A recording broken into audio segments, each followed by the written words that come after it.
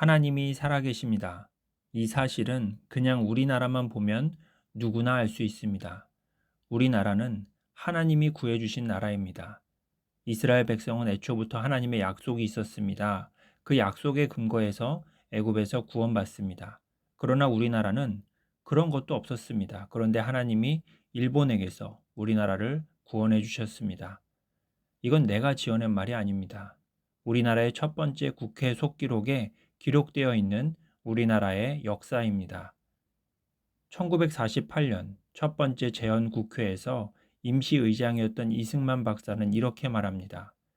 대한민국 독립민주국 제1차 회의를 여기에서 열게 된 것을 우리가 하나님에게 감사해야 할 것입니다.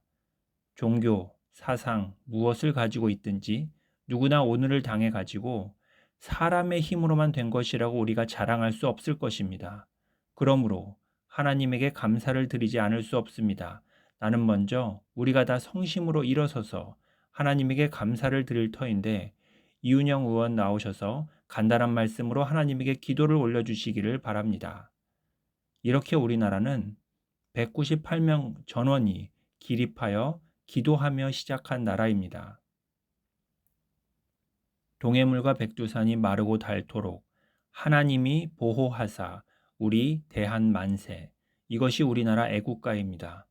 우리나라는 6.25 전쟁에서 패배 위기에 처해 있었습니다. 이승만 대통령은 전쟁의 그 마지막 상황에서 기도하며 하나님을 붙잡았고 하나님이 6.25 전쟁에서 우리나라를 지켜주셨습니다.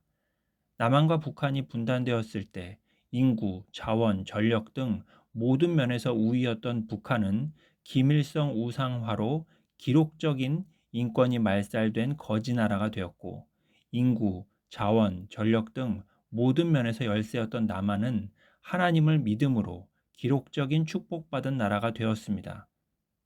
그런데 지금 우리나라의 모습은 어떻습니까? 구해주신 하나님의 은혜를 잊었습니다. 보호해주신 하나님의 이름을 망쳤습니다. 부어주신 하나님의 축복으로 썩었습니다. 나는 이 흐름이 너무너무 무섭습니다. 하나님의 나라였던 것이 중요한 것이 아닙니다. 그렇게 선택받은 민족이라며 이방인들을 개돼지 취급하며 살았던 이스라엘 백성들은 결국 나라가 반으로 나뉘어서 모두 멸망당했습니다.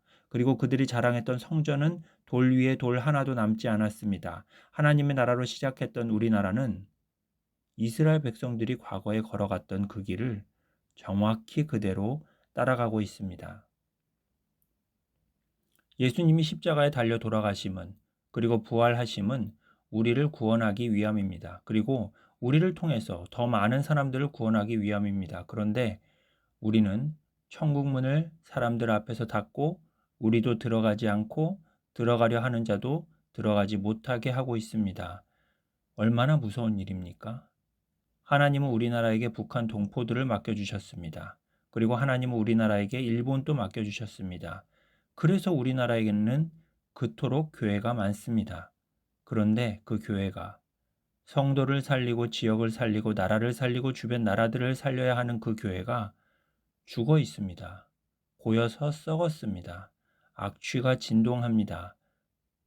주님의 구원과 우리의 사명과 축복의 이유를 다 잊어버리고 그저 문 걸어 잠그고 자기들끼리만 모여서는 춤과 노래와 잔치가 평안과 기쁨과 감사가 끊이지 않고 있습니다.